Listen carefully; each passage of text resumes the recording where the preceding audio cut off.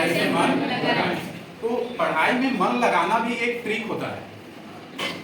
उदाहरण के लिए एक चीज हम समझते हैं, हमारे पास मान लो एक ग्लास है, इस ग्लास में ऑलरेडी पानी भरा हुआ है। आप यदि इसमें फिर से पानी डालना चाहो तो क्या वो पानी उसमें आएगा? नहीं आएगा। इसका मतलब ये है कि इस ग्लास के पानी को खत्म करना पड़ेगा, है ना, तब जाकर के इस ग्लास में फिर से पानी भरा जा सकता है। अमूमन होता ये है अधिकतर कि जब हम पढ़ने के लिए बैठते हैं तो हो सकता है आपका मन दूसरी जगह लगा होता है। आप पढ़ते रहते हो, बुक सामने खुला रहता है, लेकिन हमारे दिमाग में कुछ दूसरा चलते रहता है। तो जब तक आपका मन दूसरे चीजों को सोचते रहेगा, आपका ध्यान पढ़ाई में नहीं लगेगा।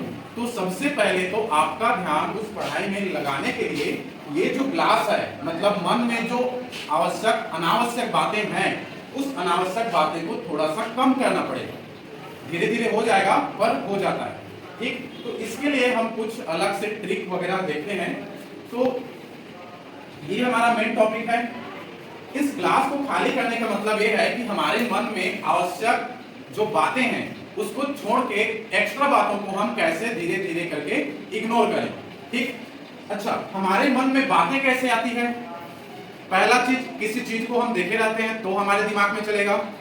दूसरा चीज, किसी चीज को हम सुने रहेंगे तो हमारे दिमाग में चलेगा, है ना। तीसरा, कोई घटना हमारे साथ हुआ रहेगा, वो हमारे दिमाग में चलेगा। चौथा, हम कुछ प्लानिंग करना चाहते हैं, वो हमारे दिमाग में चलेगा। ठीक, अरे मुझे ऐसे करना है, मुझे वो करना है, कल स्कूल में जाऊंगी तो ऐसे खेलूंगी, कल स्कूल में जाऊंगा तो उसको पीटना है, फिर स्कूल में जाएंगे तो उससे नोट लेना है, ऐसे करके दिमाग में चलते रहता है ना। तो इन सब चीजों का स्रोत क्या हुआ?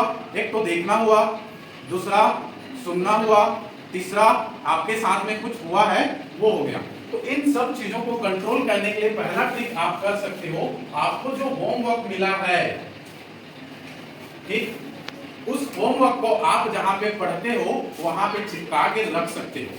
ठीक, ताकि आपका दिमाग बार बार आपको सिग्नल देगा कि मुझे ये वाले होमवर्क को पूरा करना है। तो पहला चीज आप क्या कर सकते हो कि जो होमवर्क मिला है उस होमवर्क को आपके दीवार में जहां पढ़ते हो वहां पे कागज वगैरह में लिख करके चिपका सकते हो, या फिर 10 रुपए 15 रुपए का स्लेट आता है, पेंसिल आता है, उसको एक कील लगाकर, जैसे हम बोर्ड लगाए रहते हैं वैसे ही उसको लगा के लिख के चिपका सकते हो।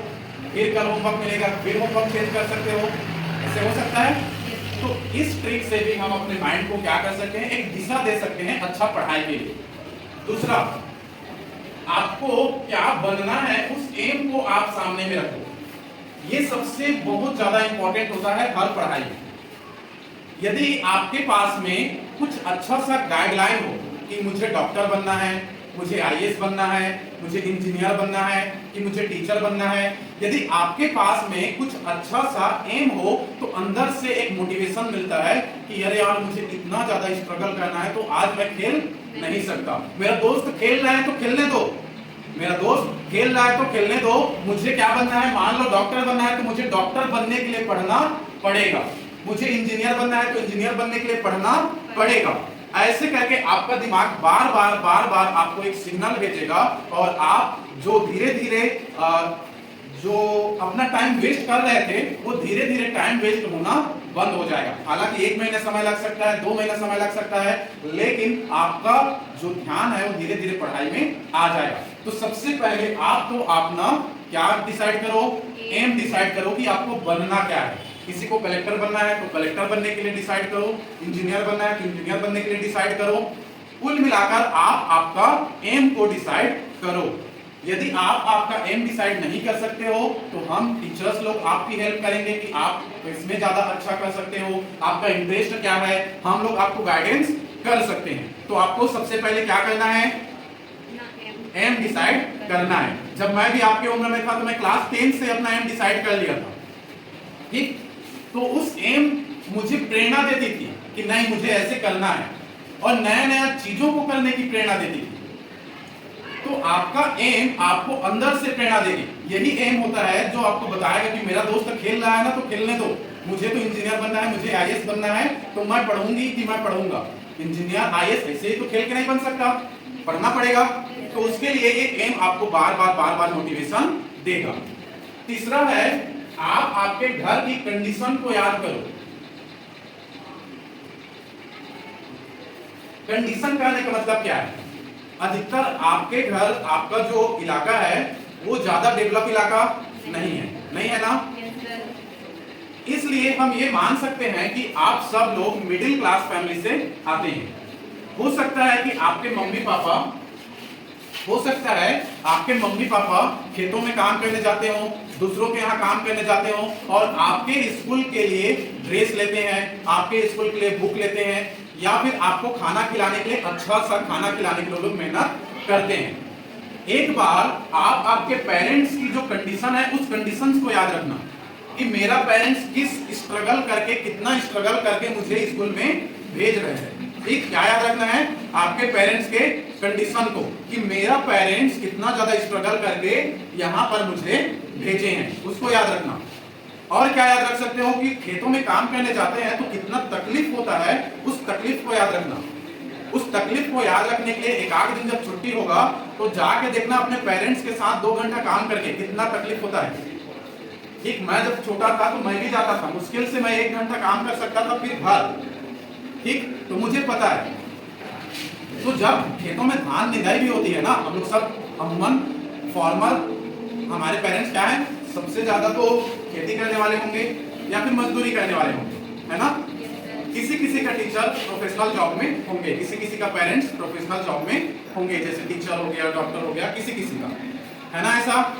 तो आपको उसी आपके पेरेंट्स का कंडीशन को याद रखना है। एक बार खेतों में जाके धान निदाई करके देखना, दिन भर झुके झुके खरपतवार को उखाड़ने में कमर कितना दर्द होता है, उसको एक बार याद रखना। जब आपको दर्द होगा तो आप ये अंदाजा लगा सकते हो कि आपको स्कूल भेजने के लिए आपके पेरेंट्स रोज उसी दर्द को महसूस करते हैं, रोज उसी दर्द को वो लोग झेलते हैं। क्यों पता है? क्योंकि सिर्फ और सिर्फ वो आपको स्कूल में भेजना चाहते हैं। एक पेरेंट्स का सबसे बड़ा इन्वेस्टमेंट होता है उसके बच्चे पर। मैंने अक्सर देखा है कि एक पेरेंट्स अपना जिंदगी की सारी कमाई, सारी तजुर्बा, सब चीज लगा देता है अपने बच्चे की अच्छे भविष्य के लिए। एक पेरेंट्स जब पूरा काम करता है ना तो सिर्फ और सिर्फ अपने बच्चे की एक अच्छा भविष्य के लिए करते हैं। तो आप उसको यदि याद रखोगे आपके पेरेंट्स की कंडीशन को, तो अंदर से मोटिवेशन आएगा कि मैं इंजीनियर बन के मेरे पेरेंट्स का नाम रोशन करूंगा, मैं आईएएस बन के अपने पेरेंट्स का नाम रोशन करूंगा। एक बार आंख बन के कल्पना करके देखो, आप आईएएस बन चुके हो, कि आप डॉक्टर बन चुके हो और आपका पेरेंट्स एक खेती करने वाला है, तो उस समय आपके पेरेंट्स के आंखों में एक खुशी की आंसू होगी, उसके होठों पे मुस्कान होगा। उसको एक बार याद करके देखो, कल्पना करना कभी घर में सोए हुए या फिर आंख बंद करके कि जब आप सक्सेस हो जाओगे, आपके पेरेंट्स उम्मीद भी नहीं किया होगा कि जब आप आईएएस बनोगे, आपके पेरेंट्स उम्मीद नहीं किया होगा कि आप डॉक्टर बनोगे और आप बन गए, कितना खुशी होगा उसको? बहुत खुशी ना? मुझे ये कल्पना करने में कोई बड़ी बात नहीं लग रही है कि आपके पेरेंट्स खुशी के मारे कम से कम 2 आंसू जरूर निकालेंगे। ठीक है, खुशी के आंसू होते हैं ना, तो खुशी के मारे हो सकता है उनके आंखों में आंसू आ जाए। तो उसी कंडीशन को आपको याद रखना है और ये हमेशा याद रखना है कि मुझे मेरी फैमिली की कंडीशन को अच्छा बनाना ही है। सिर्फ मैं हूं जो पढ़ाई करके अपने फैमिली की कंडीशन को, अपने पेरेंट्स की कंडीशन को अच्छा कर सकता हूं, कर सकती हूं बोल के एक मन में ख्याल रखना। और इस ख्याल के साथ जब आप स्कूल आओगे ना, तो मैं गारंटी के साथ कहता हूं यहाँ के पढ़ाया हुआ 80 से 90% आपको स्कूल में बैठे बैठे याद हो जाएगा। घर में जाकर के ज्यादा याद करने की जरूरत नहीं पड़ेगी। ठीक, 3 चीज देखे ना, होमवर्क को, दूसरा एम को, हो सके तो होमवर्क और एम को एक साथ चिपका के रख देना। ठीक, उसके बाद में फैमिली की कंडीशन को हमेशा क्या करना है, याद रखना है कि हमारी फैमिली की कंडीशन क्या है और मुझे उसको कैसे लेकर जाना है। ठीक, ये जो 3 चीज है, खास करके ये तो हमारे स्कूल के लिए होता है, ये जो 2 चीज है, ये 2 चीज हमको अंदर से मोटिवेशन देता है कि मैं पढ़ूंगा, मैं पढ़ूंगी। ठीक, ये हमारे अंदर से मोटिवेशन है। हो सकता है आपके घर में आप पहले पढ़ने वाले हो, आप कल्पना करो आपके पूरे इलाका में आप पहला आईएएस ऑफिसर बनोगे, कितना खुशी लगेगा आपको। मस्त एकदम अच्छे से गवर्नमेंट कार में आओगे, गवर्नमेंट से कार मिलता है उसमें आओगे, आपके साथ में एक क्या रहेंगे, बॉडीगार्ड रहेंगे, आपके ड्राइवर रहेंगे। आप बैठोगे ना तो बैठने के लिए कार का दरवाजा वो लोग खोलेंगे। सोचो इतना ज्यादा आपको सम्मान मिलेगा। कल्पना करके देखो, हमारे आसपास के लोग इसकी कल्पना भी नहीं किए हैं, इसकी उम्मीद भी नहीं किए हैं, और आप उस मुकाम को हासिल कर लोगे, कितना ज्यादा आपके पेरेंट्स खुश होंगे, है ना। सिर्फ आपके पेरेंट्स नहीं, आपके आसपास के जितने लोग हैं उनको अंदर से फिर एक जुनून मिलेगा कि जब वो ऐसे कर सकता है तो मैं ऐसे क्यों नहीं कर सकता। होगा कि नहीं? मतलब कि एक नई बदलाव आपके द्वारा आ सकती है। कब पता है? जब आप पढ़ाई करोगे तब। एक बहुत पहले मैंने एक शायरी पढ़ा था, पता है कि पुस्तकों की ढेर देखकर सर चकराता था। वो रियल में चकराता है ना, इतना मोटा मोटा रहता है फिजिक्स केमिस्ट्री। तो पुस्तकों की ढेर देखकर सर चकराता था, किसको पता था कि एक दिन यही पुस्तक जिंदगी बदल देगी। यदि हम लोग क्या करते हैं, पुस्तक को देख देखकर सर चकराते रहते हैं, लेकिन आप क्या करते हो, उसको पढ़ते जाते हो, तो उसी पुस्तक को पढ़ के आप इंटेलिजेंट बनोगे। इंटेलिजेंट बनने के बाद एग्जाम दिलाओगे तो वही पुस्तक आपकी जिंदगी बदलेगी। बिना पुस्तक पढ़े आईएएस ऑफिसर जैसे बन सकते हो? कलेक्टर नहीं, ना ही हम क्या बन सकते हैं, डॉक्टर, ना ही इंजीनियर। मतलब कि वही पुस्तक है जो हमारी जिंदगी को बदलने वाली है। ठीक है इतना? अब हम, ये तो हमारे पास इंटरनल मोटिवेशन था, और क्या क्या हम कर सकते हैं उसको देखते हैं।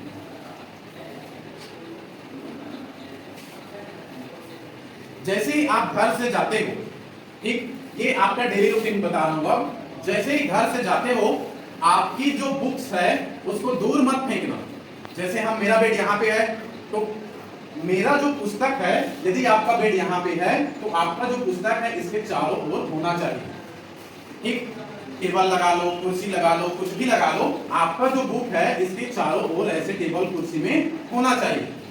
होने से क्या फर्क पड़ेगा? मैंने आपको बताया था कि जो हम देखते हैं वो हमारे दिमाग में चलता है ना। आप यहाँ पे बैठे बैठे क्या को देख रहे हो? पुस्तक को। पुस्तक को देख रहे हो तो आपके दिमाग में क्या चलेगा? अरे इस पुस्तक का मैं इतना खत्म कर लिया हूँ, इस पुस्तक का इतना पढ़ना बचा है, ये वाले सब्जेक्ट का सर ये वाला होमवर्क दिए हैं, ये वाले सब्जेक्ट का सर ये वाला होमवर्क दिए हैं।